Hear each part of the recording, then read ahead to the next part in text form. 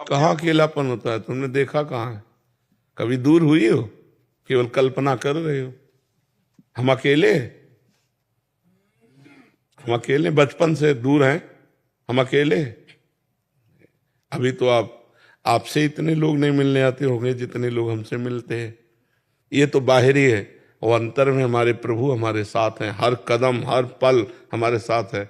इतना सुंदर प्रभु, इतना सुंदर प्रिया जो हमारे साथ है, हमें और किसके साथ की जरूरत है? यहाँ जितने साथी सब मरण धर्मा है, कब मर जाए कब बिछुड़ जाए कुछ पता नहीं। वो अविनाशी प्रीतम हमारे साथ है, तो हम अकेले कि तुम अकेले हो? तुम पति पुत्र परिवार के साथ रहते हुए भी अकेले हो, क्योंकि कोई तुम्हारा साथी नहीं, ना वो तुम्हें जानता ना तुम उसको जानते हो। सब परदेसी की तरह रह रहे हो। जानते हो अपने पुत्र को कौन है? अपने पत्नी को जानते हो कौन है? अपने पति को जानते हो कौन है? किसी से कोई परिचय नहीं, माने बैठे। जान जाओ तो भगवान है। भगवान है पति रूप में, भगवान है पुत्र रूप में, भगवान है पत्नी रूप। अगर ये जान जाओ तो तुमको भी वही गति होगी जो बड़े बड़े संतों को होती है। पर ये तो जानते नहीं। तो अकेलापन के सच्चा पूछो तो अकेलेपन आपको खाता है, हमें थोड़ी अकेलापन खाता है। हमारे तो बाहर, तुम्हारे तो 4 परिवार होंगे, हमारे तो 40,000 परिवार है। तुम्हारा कोई नहीं है संसार में, नहीं है। हमारा है, प्रीतम है, हमारे भगवान है, हमारी प्रिया जो है, हमारे लाड़िले। तुम्हारा कोई नहीं है। तुम जिनको देख रहे हो सब मरण धर्मा है, कभी भी मर सकते हैं, पूरे के पूरे एक साथ मर सकते हैं। हमारे प्रीतम नहीं मरेंगे। ये शरीर छूटेगा तब प्रीतम मिलेंगे, ऐसी बात नहीं। शरीर रहते ही प्रीतम का सानिध्य अनुभव होता है। पर भजन करो, भजन जीवन में नहीं होगा तो यही लगेगा। जितने संत महात्मा है वास्तविक जो भगवान के मार्ग में है, उनको अकेलापन खाता है क्या? वो अकेले की तरफ भागते हैं, दूर हमसे मिलो मत। क्यों? तुम मिलोगे तो उससे मिलने में बाधा पड़ जाएगी। मुझे अकेला रहने दो, जिससे मैं अपने प्यारे की याद में खो जाऊं और प्यारा ही आके मेरे से मिले। अभी अकेलेपन का मतलब नहीं समझा है, असंगता। अभी भजन नहीं तो कैसे जानोगे आध्यात्मिक आनंद को, भगवद आनंद को कैसे जानोगी? तुम संसार से तुलना करोगी तो आध्यात्मिक आनंद और विषय आनंद बहुत अंतर है। एक अंधकार है और एक दिव्य प्रकाश है। तो अंधकार से सोचोगी तो फिर, अब जैसे बचपन से हम घर से निकले थे, किसी का प्यार नहीं मिला, क्योंकि 13 वर्ष की अवस्था में घर से निकले। तो हम क्या प्यार के भूखे हैं? इतना प्रभु ने प्यार दिया है कि निहाल कर दिया है। कदम कदम पर उनका प्यार, कदम कदम पर उनका दुलार। और वही प्रभु इतने रूपों में अब भी प्यार कर रहे हैं। घंटों से खड़े हैं केवल इस बात के लिए कि यहाँ से निकल जाएंगे तो हम देख लेंगे बाबा जी है। बाबा जी को क्या देखना है? पर ये प्यार, भगवान प्यार।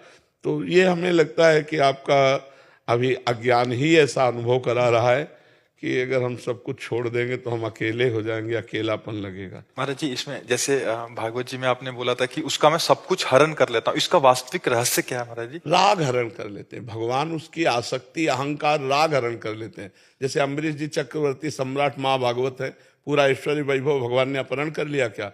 नहीं। लेकिन उसका उनको अभिमान नहीं है चक्रवर्ती सम्राट पद का, उस संपत्ति का उनको गर्व नहीं है, उस वैभव का उनको गर्व नहीं है। और जिनके गर्व है, भगवान देख रहे हैं कि अब ऑपरेशन करना पड़ेगा तो संपत्ति भी हटा देते हैं, गर्व भी हटा देते हैं। और जिनको देखा कि ये मरीज काम लायक है, गर्व हटा देने से काम चल जाएगा तो संपत्ति नहीं हटाते हैं। और जब देखा कि मरीज ज्यादा बढ़ चुका है, अब इसका मर्ज दूर करने के लिए, तो फिर भगवान उसका वैभव भी अंतर ध्यान कर देते हैं। और उसका पारा जो अहंकार का था वो डाउन, जब डाउन हुआ तो भगवान की पुकारा, भगवान की शरण में हुआ, वही मंगल शुरू हो गया उसका। बाहरी व्यक्ति पारिवारिक जनों का कोई मतलब इस वो नहीं, अंदर का ही सारा सिस्टम, अंदर का राग। बाहर से आप एकांत में बैठे हो, सबका राग भरा हुआ, तो कोई आप महात्मा थोड़ी हो। घर में बैठे हो, किसी का राग नहीं तो आप महात्मा हो? भाई अंदर की बात, सुधार अंदर होना, बाहर से क्या? बाहर कहीं भाग के चले जाओ तो क्या त्यागा? अंदर का राग त्यागा। इस पे मेरा राग नहीं है। स्टेशन में जैसे बैठे हैं, सरकारी स्टेशन, अपना काम कर रहे हैं, गाड़ी आई चल दिया, बस इंतजार है, गाड़ी आई चल दिया, अपना काम कर रहे हैं। अपनी वस्तु थोड़ी है, अपने तो श्री जी है, अपने तो लाल जी हैं, अपने तो प्रभु हैं। आपने क्या किया? अपने घर को अपना मान लिया, 4 परिवार को अपना मान के इतना उसी में डूब गए कि बस जो कुछ हो तो इन्हीं को सुख मिले। जैसे एक आदमी दूध में केमिकल मिला रहा है, गंदी गंदी चीजें मिला रहा है, और उससे कहो कि यही दूध अपने बच्चे को पिलाओ, नहीं पिलाएगा, क्योंकि जानता मैंने कितनी गंदी वस्तुएं। और दूसरे के बच्चों के प्राण घातक वस्तुएं बेच रहे हो, तुम्हारा नाश नहीं होगा। तो ये बुद्धि भ्रष्ट हो जाती है राग से। और अगर राग रहित है तो समाज का उपकार करता है, मंगल करता है, कि जो चीज हम नहीं खा सकते दूसरे को कैसे दे सकते हैं। ये जो आसक्ति है, ये जो राग है, यही पाप कराता है और इसी को दूर करना आवश्यक होता है। जो इससे दूर रहता है वो गृहस्थ में रहते हुए संत है। संत केवल भेषधारी थोड़ी होते हैं, नहीं। देखो विभीषण जी कोई संत का भेष नहीं धारण किए, आचरण संत के हैं। तो भगवान कह रहे तुम सारीखे संत प्रिय मोरे, धरो देह नहीं आननी हो रे। तुम्हारे जैसे संतों के लिए मैं शरीर धारण करता हूं, भगवान कह रहे हैं विभीषण जी को। तो आचरण प्रधान संत, संत मतलब आचरण। और अगर कहीं वेश भी है और आचरण भी है तो सोने पे सुहागा समझो, सोने पे सुगंध समझो। और भेष है आचरण नहीं तो काल नेमी राक्षस वेश धारण किए था, आचरण नहीं थे, हनुमान जी ने मार डाला था। अगर वेश नहीं है और आचरण है तो वो संत है। वेश है और आचरण है तो फिर क्या कहना है, जगत गुरु है।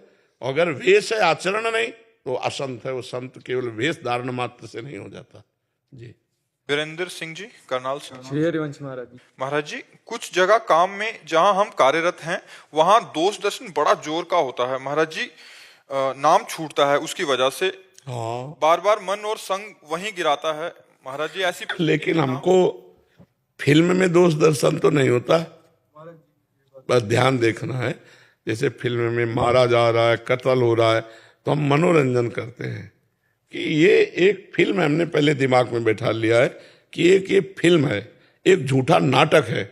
हम केवल देख रहे हैं, वाह यार क्या खलनायक है, क्या हीरो है। हम वो मनोरंजन कर, ऐसे ही पहले दिमाग में बैठा लो, जगत एक फिल्म है, इसमें खलनायक भी है, इसमें हीरो भी है, इसमें पॉजिटिव भी है, इसमें नकारात्मक भी है। तो हमको इसे फिल्मवत देखना, जगन नाटक वही भवा। वही परमात्मा एक जगन नाटक कर रहा है, कहीं खलनायक का रोल कर रहा है, कहीं हीरो का रोल कर रहा है, कहीं हीरोइन का रोल कर रहा है, कहीं अच्छा रोल कर रहा है, कहीं एक परमात्मा केवल है, वही सब रोल कर रहा है। अब हम किसको दोषी बनाएं, किसको अच्छा कहें, किसको बुरा कहें? वही जब है तो अच्छा बुरा क्या है, नहीं। हाँ, इसलिए जैसे पाठ, वाणी पाठ करता हूँ तो उस टाइम वाणी पाठ करते टाइम अभी तो 10 मिनट के लिए वाणी पाठ में सही रहेगा, मन एकदम चेंज हो जाता है, बिल्कुल ही पाठ करते छूटते सारी। अभी भजन की कमी है, थोड़ा भजन और बढ़ाओ, नाम जप और बढ़ाओ, फिर वो गंभीरता आने लगे। तेरे भावे जो करे भलो बुरो संसार, नारायण तू बैठ के अपनो भवन बुहार। बुरा जो देखन मैं चला बुरा न मिलिया, कोई जो दिल खोजूं अपनो तो हमसे बुरा न। तो ये परमार्थ है, ये अध्यात्म है, इसमें दूसरों की तरफ नहीं देख। जी करण जी, नागपुर से। श्री हरिवंश महाराज जी। जी श्री हरिवंश महाराज जी, महाराज जी जैसे हम आपसे मिलने के लिए प्रतीक्षा करना पड़ता है हमें, क्या वैसे ही निकुंज में श्री जी से मिलने के लिए भी करना पड़ता है? अरे जन्म जन्म प्रतीक्षा ही तो कर रहे हैं, और क्या कर रहे हैं। जब से तुम बिछुरे पी प्यारे, कबहु न पायो चैन, दरस बिन दूखन लागे नैन। प्रतीक्षा ही तो कर रहे हैं हम, उनको पुकार रहे हैं, उनकी प्रतीक्षा कर रहे हैं, उनकी बाट जो रहे हैं। और वो जब कृपा करेंगे तब मिलेंगे, और जब मिलेंगी तो निहाल कर देंगी, इसी आशा से। जैसे मान लो आप खड़े हैं, सर्दी का समय, बैठने की व्यवस्था भी नहीं, बाहर खड़े हैं, लेकिन आपको इंतजार है कि कुछ मिनटों बाद जो हम लालसा लेकर आए, हम सम्मुख बैठेंगे, हम बात करेंगे, हम निहाल हो जाएंगे। तो वो लालसा आपको कष्ट नहीं लग रहा, खड़ा होना कष्ट नहीं लग रहा। ऐसे ही जब हमारी लालसा भगवान की प्राप्ति की होती है तो हम, कोई गाली देता है, कोई अपमान करता है, कोई प्रणाम करता है, कभी भूखे रहना पड़ता है, कभी छके हैं, हर परिस्थिति सह लेते हैं क्योंकि मुझे प्रभु से मिलना है। इंतजार तो करना ही पड़ता है, लेकिन निकुंज में नहीं, इस भूतल पर। निकुंज में तो वही जा सकता है जो इंतजार खत्म हो चुका है। हाँ, जैसे अब यहाँ आ गए तो अब यहाँ इंतजार थोड़ी करना है। हाँ राधे राधे महाराज जी। महाराज जी, आध्यात्मिक दृष्टिकोण से असफलता का क्या अर्थ है? भगवत विस्मरण। जिसकी स्मृति में संसार के व्यक्ति वस्तु स्थान का चिंतन होता रहता है वो असफल पुरुष है। और जिसका अव्यावृत भजनात् अखंड तैल धारावत निरंतर भगवान की स्मृति, वो अध्यात्म में सफल हो गया। अध्यात्म में सफल हो गया तो फिर व्यवहार में तो सफल हो ही गया। जिसका निरंतर भगवान का चिंतन चलता रहता है, हाँ, सब साधन कर यह फल सुंदर, प्रभु पद पंकज प्रीति निरंतर। समस्त साधना का ये सुंदर फल है कि प्रभु के चरणों का निरंतर ध्यान, निरंतर चिंतन चलता रहे। राम कृष्ण हरि राधा जो नाम प्रिय हो निरंतर चलता रहे, और हमारे को किसी भी द्वंद्व से कोई भी उद्वेग न हो। मान करे तो हर्ष न हो, अपमान करे तो शोक न हो, निंदा करे तो हमें दुख न हो, स्तुति करे तो हमें सुख न हो। जय हो या पराजय, सुख हो या दुख, मान हो या अपमान, सबको समान रखकर निरंतर नाम जप करना, यही अध्यात्म की सफलता है। और द्वंद्वों में फंस जाना और भगवान का विस्मरण हो जाना, यही अध्यात्म की असफलता है। भोगों में फंस जाना, यही अध्यात्म की असफलता है। महाराज जी कह रहे हैं कि विद्यार्थी हैं, तो उस दृष्टिकोण से जब असफलता मिलती है तो अध्यात्म की दृष्टि से देखा जाए तो असफलता का क्या रूप रहेगा महाराज जी? मेरे प्रयास में कमी नहीं होनी चाहिए, और फिर अगर हम फेल हो जाते हैं तो फिर हमारा प्रारब्ध भोग है। अन्यथा अपने प्रयास की तरफ देखना चाहिए कि मेरी पढ़ाई में, हम तो ये कहते हैं विद्यार्थी का फेल होना हो ही नहीं सकता, क्योंकि विद्यार्थी के क्लास के अनुसार ही प्रश्न किया जाता है। क्लास से बाहर प्रश्न नहीं किया जाता कि आप 7 क्लास में हो, आपको 8 क्लास के, 9 क्लास के, ऐसा नहीं है। आप अगर 7 में हो तो 7 की क्लास के, और आपकी बुक से किया जाएगा, तो आप उत्तर क्यों नहीं दे पाए? क्योंकि आपका एक चैप्टर है, उस चैप्टर में आप प्रवीण क्यों नहीं बने? साल भर दिया जाता है आपको जीतने के लिए, 1 वर्ष दिया जाता है। 1 वर्ष में परीक्षा होती है, जो क्लास परिवर्तन होता है तो 1 वर्ष सालाना परीक्षा के बाद ही तो होती है। तो 1 वर्ष तक आप क्या करते रहे? आप अगर सही प्रश्न का उत्तर दिए तो मुझे ऐसा नहीं लगता कि टीचर लोग हमारे सही उत्तर में नंबर ना दें। क्यों ऐसा हो सकता है सही उत्तर में नंबर ना दें? अगर वो ऐसा करते हैं तो महान पातक करते हैं, वो महान अपराधी हैं। अगर ऐसा करते हैं, मुझे तो लगता है ऐसा नहीं करेंगे कि अगर हम सही उत्तर, सटीक उत्तर दिया है तो नंबर उनको देना पड़ेगा। गुरुजी कंपटीशन है एग्जाम में, ऐसा नहीं होता ना उसमें?